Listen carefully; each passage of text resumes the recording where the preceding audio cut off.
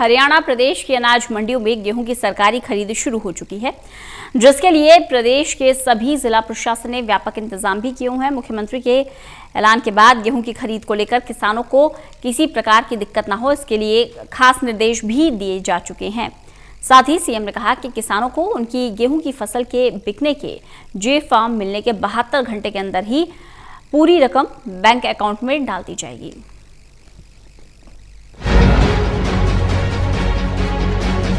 हरियाणा के मुख्यमंत्री मनोहर लाल ने चंडीगढ़ में प्रेस वार्ता के दौरान किसानों के हितों के बारे में की गई घोषणाओं से प्रदेश भर के किसानों में खुशी की लहर देखी जा रही है।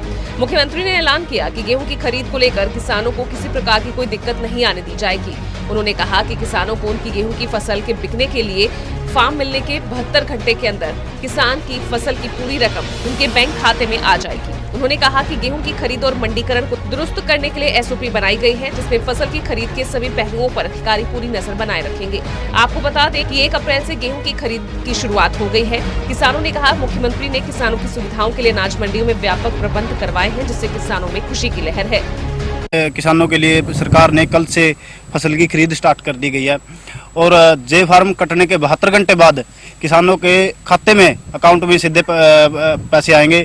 अगर किसी कारणवश किसानों के खाते में पैसे नहीं आते हैं तो उसका 9% ब्याज सरकार देगी, जो आज तक इतिहास में पहली बार नहीं हुआ है। योजना चलाई हुई है, प्रत्येक मंडी में किसान का एक एक दाना खरीदा जाएगा और 72 घंटे के दौरान जिस किसान की पेमेंट नहीं होगी वो है सरकार की जिम्मेवारी होगी, उसको 9% का ब्याज दिया जाएगा। सरकार ने एक कमेटी बना ली है ताकि किसानों को कोई किसी प्रकार की दिक्कत न आए और अच्छी ढंग से किसानों का अनाज खरीदेगी सरकार।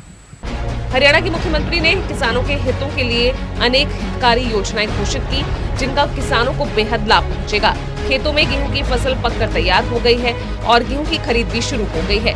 किसानों को जे फॉर्म मिलने के 72 घंटे में गेहूं की खरीद के पैसे उनके बैंक खाते में आ जाएंगे और अगर नहीं आते हैं तो 9% ब्याज भी मिलेगा।